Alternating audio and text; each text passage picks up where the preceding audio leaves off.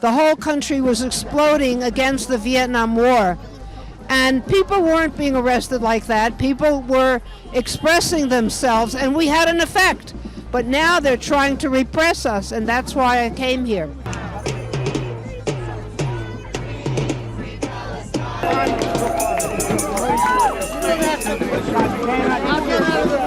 Hey, it's Jordan with Status Coup. This is Ashley with Status Coup. On the ground. In Philadelphia. Flint, Michigan. East Palestine, Ohio. Please support the leading independent news outlet on the ground. Covering what the corporate media covers up.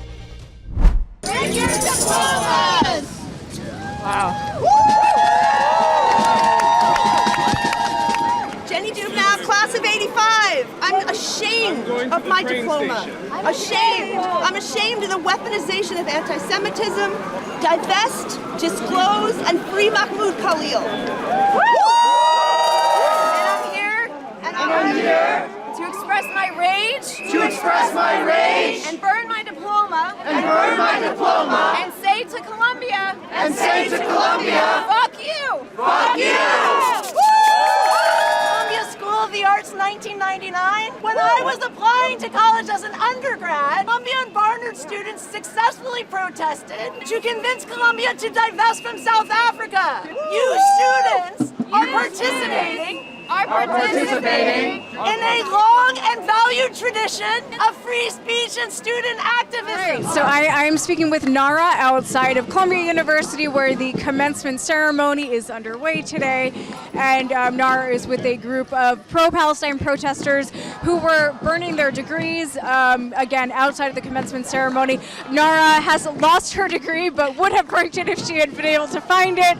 So Nara, why were you out here participating in this today? So I was here with an autonomous group of alumni from Barnard and Columbia, and I kind of love the fact that we weren't formally a group prior to coming together for this action, but all of us knew each other either directly or indirectly through various pro-Palestinian protests over the past year and a half, and are so collectively so ashamed of Columbia's actions in this moment and betrayal of its students and betrayal of free speech and betrayal of the legacy of Edward Said. I mean, this was a campus that once celebrated student activism and had an extraordinary Middle Eastern studies program. And I don't know, they've just decided that instead, you know, it's not even capitulation to the Trump regime and Project Esther, because their actions, their cowardice preceded Trump's election. And I really think, so anyway, we came together to express solidarity with the students. I think this is, Palestinian liberation movement is often misrepresented as being something that is just sort of youthful folly, and the kids don't know any better. I have many contemporaries who actually say that publicly, and so it seems extra important to have multiple generations of alumni standing with the students. And if you're here for the diploma destruction ceremony, you'll see that they go back to, I mean, there are parents. There are 3 generations basically protesting today, and that felt very important to me. So what's interesting is the recent alum who was arrested in a very targeted fashion by the police, we were chatting about that very quietly, just about frontline activism and the importance of activism in terms of keeping issues in the news. I'm a documentary filmmaker by profession, and sometimes I think, you know, is it really all about optics? And I used to write off some things as being performative, but when I was filming at Standing Rock years ago, I realized the importance of the behind-the-scenes activists who have been working the legal angle for years, but nobody covers that. And if people don't pay attention, then no one actually follows. There's no urgency attached to the issue. So there was a mother-daughter team where the daughter would go out and get arrested and was on the front lines all the time, and the mother had been fighting pipelines for 17 years. And I think this is very similar. There are people who have been really doing the heavy lifting, the academic heavy lifting, the legal heavy lifting of trying to, you know, explain that Israel is an apartheid state. Increasingly, I think the public is realizing that Israel has become a terror state. I've always been proud of the time I spent here studying. I've always been proud of the time I spent here studying. Of the wonderful people that I met when I was a student. Of the wonderful people I met when I was a student. But now I'm ashamed of this piece of paper. But now I'm ashamed of this piece of paper. And I will gladly burn it. I will gladly burn it. To protest against Columbia's complicity with genocide. I graduated from Barnard in 1960. My parents came here to escape the fascism in Nazi Germany. My parents came here to escape the fascism in Nazi Germany. And now I'm finding that we are facing fascism here. And now I'm finding that we are facing fascism here in the United States. And Columbia University is opening its arms to this fascist government. Why did you come out here to protest and burn your degree? Well, the reason is I graduated Barnard in 1960, and I am furious at Columbia and Barnard for how they have suppressed the students and how they are going against the right of free speech and how they're cooperating with this fascist regime that we have now. And as I said when I spoke, I don't know if you heard me, that I fled from my parents actually brought me here from Nazi-occupied France in 1941, and they left to come here, and now we're finding that we're seeing the same kind of fascist repression of people, of free speech in this country, which is horrible. I mean, is this something that you thought you would ever see here in the U.S.? No, I never thought I would ever see anything like that. And all my years I was in Columbia also. I did my master's degree, and my husband and I went to England for a few years. I got my degree there. When we came back, the whole country was exploding against the Vietnam War. And people weren't being arrested like that. People were expressing themselves, and we had an effect. But now they're trying to repress us, and that's why I came here.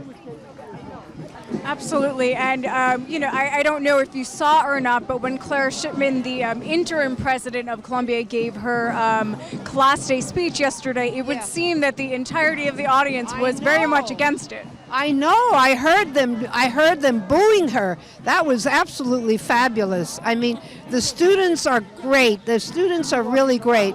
The Columbia students of today. The Columbia students of today. Who have endured repression. Who have endured repression. By this university. By this university. And this police department. And this police department. That was unimaginable to us 40 years ago. That was unimaginable to us 40 years ago. Free Palestine. Free Palestine!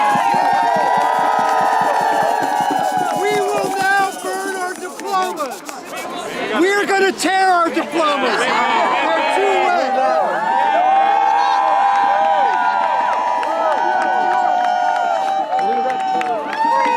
Free Palestine! Free Palestine! Free Palestine! Free Palestine!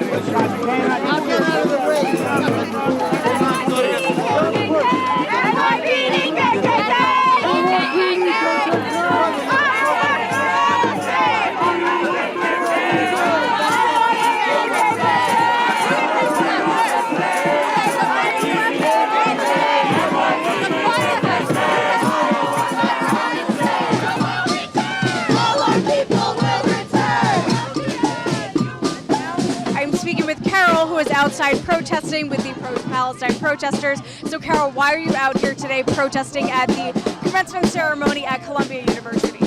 Because Columbia has done away with free speech. They want to deport. They've kicked out students who are simply exercising free speech. They've gone to protests, or they've even helped to negotiate with the police, and still they're kicked out. They're not given diplomas. They're totally betraying democracy. Sure, and it's, I think important to note that right now there are, Mahmoud Khalil was the first, student who was abducted essentially by ICE. Right. Yes, and Mahmoud is still being held for no reason at all in Louisiana, away from his wife and new baby, and away from his graduation today. And I'm not sure if you saw this yesterday, but Claire Shipman did give a speech at the Class Day ceremony where she was booed quite a bit. It seems like these policies at Columbia are very unpopular, and as another protester said, there is an attempt to paint these as like a fringe movement of people who are protesting. I mean, given that reaction, it would seem that that's not the case. There are hundreds of people here in the rain trying to let people know that we don't agree. And I'm a Columbia alum and I'm Jewish. And it would seem like a lot of people that we've spoken to are out here because they are alumni of Columbia and don't agree with the policy of their school that they were probably formerly very proud to have gone to. Columbia seems to care only about money. It's all about money. Is there anything else you would want to add about why you're out here today for Status Coup viewers? I'm out here so that this country is still a democracy such as it is for my granddaughter who's 1 year old.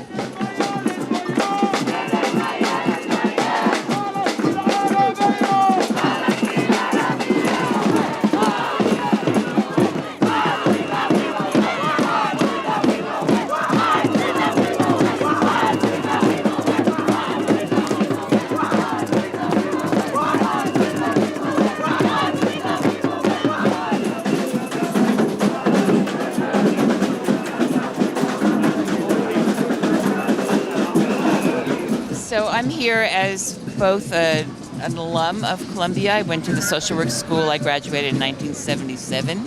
And I also taught at the social work school for 10 years as an adjunct. And I'm just so sad and angry at how Columbia has handled everything around this, from the original encampments to capitulating to the Trump administration, to not protecting students on campus. And as a Jewish member of the alumni, I don't think this is about anti-Semitism at all. Being able to criticize Israel is a major right that we all have, and that I feel an obligation to do as a Jew and as the child of Holocaust survivors. Thank you. Thank you so much. And why aren't you here? Well, it's very similar. I am a graduate of the School of Social Work, 1966, so an older one, an elder, and I hate to say that I'm a Columbia grad. As proud as I am of that degree, I hate to say that I'm a Columbia grad, because they have so turned on the students and on free speech and one-sided support as massacres and genocide go on, that it's intolerable. It's excruciating. And to see them capitulate and to turn on the students, and we don't even know how they might have helped with the arrests that were already made. But that probably we'll never know. Yeah. Probably. And what about you? Hi, I'm not a graduate of Columbia. I worked for Columbia years ago. I was a field supervisor for their social work graduate students. And I'm embarrassed to say what it has turned into. They might as well call it Trump University, because for $400 million, which they did not get back, they're now turning over people's names. They're having kids arrested. They're brutalizing the students. It's no longer a university where there's critical thinking, where there's freedom of thought, or where you can speak up and say what you think. You have to now have the Trump line. So he has taken over this institution, and it's horrific, and we have to fight it. And I also live in the community.